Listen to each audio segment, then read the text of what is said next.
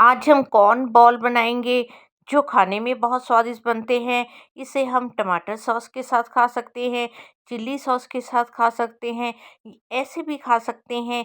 ये ऐसे खाने में भी बहुत स्वादिष्ट बनते हैं। ये देखिए, ये बाहर से कितने क्रिस्पी बने हैं और अंदर से कितने सॉफ्ट हैं। तो चलिए हम इसे बनाना शुरू करते हैं।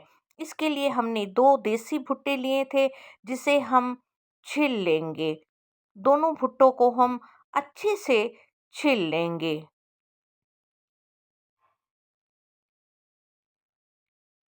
अब हम इसे चाकू के द्वारा अच्छे से खरोंच लेंगे, क्योंकि एक-एक कर कर तो इसके दाने निकलेंगे नहीं, क्योंकि दाने बहुत नरम हैं। इसलिए हम इसे चाकू के द्वारा अच्छे से खरोंच लेंगे। एक को हम खरोंच लेंगे और दूसरे भुट्टे को हम कद्दूकस कर लेंगे, यानी कि ग्रेट कर लेंगे।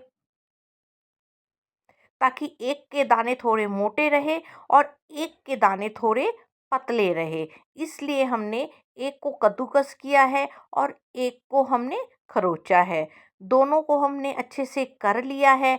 अब हम इसके लिए मसाला बनाएंगे। मसालों में हम 1 चम्मच धनिया गोटा और 1 चम्मच हम जीरा गोटा भी लेंगे और 5-6 गोलकी के दाने लेंगे।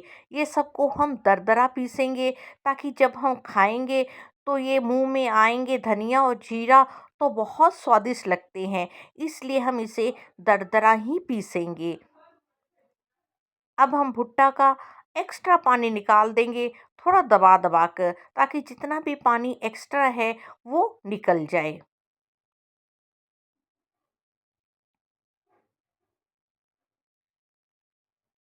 पानी अच्छे से हमने निकाल लिया है। अब हम इस पर कटे हुए प्याज डालेंगे, कटा हुआ धनिया पत्ता डालेंगे और कटी हुई हरी मिर्च डालेंगे अपने स्वाद के अनुसार।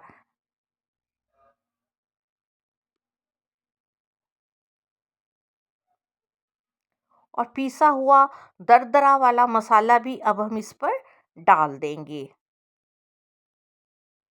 और थोड़ी सी अजवाइन भी हम इस पर क्रश कर कर डालेंगे और 1 चम्मच हम कस्तूरी मेथी को भी हल्का सा गरम कर कर क्रश कर कर इसमें डालेंगे। स्वाद के अनुसार हमने नमक का डाल दिया है, हल्दी पाउडर डाल दिया है और थोड़ी सी लाल मिर्च पाउडर हमने डाली है। अब ये सबको हम अच्छे से मिलाएंगे, हल्के हल्के हाथों से अच्छे से मसालों को मिलाएंगे।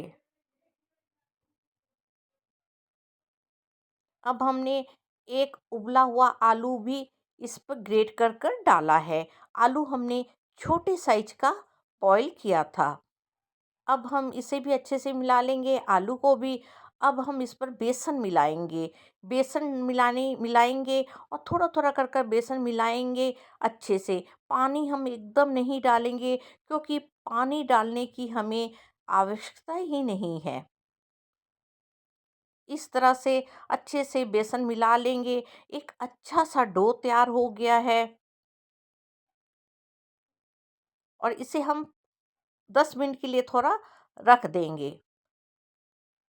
10 मिनट के बाद अब हम इसे अच्छे से मिलाकर इसके छोटे-छोटे बॉल बनाएँगे और हाथों में हमने थोड़ा तेल लगा लिया था। बॉल को हम छोटा-बड़ा कर सकते हैं। इस तरह से हमने सारे बॉल को अच्छे से बना लिया है। अब इस पर हम सूजी लगाएँगे। सूजी से ये बहुत स्वादिष्ट बनते हैं और बहुत क्रिस्पी भी लगेंगे। सूजी को हम अच्छे से लगाने के बाद एक्स्ट्रा सूजी को छाड़ लेंगे, क्योंकि जब हम तेल में तलेंगे तब सूजी ना बिखरे, इसलिए। इस तरह से सारे बॉल में हम अच्छे से सूजी लगा लेंगे।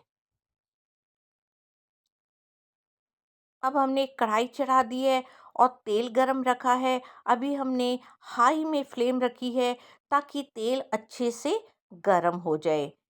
तेल अच्छे से गरम हो जाने के बाद अब हम उस पर अब हम फ्लेम को स्लो में कर देंगे।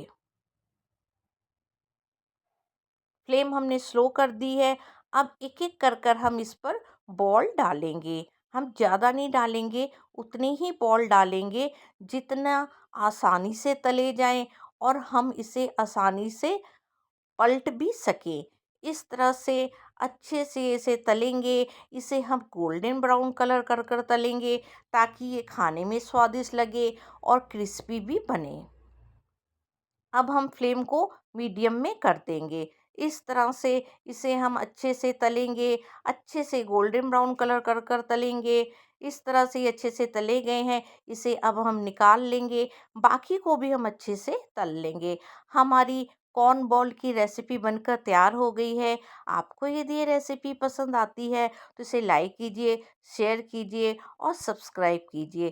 तो अब हम मिलते हैं अपनी एक नई रेसिपी के साथ। धन्यवाद।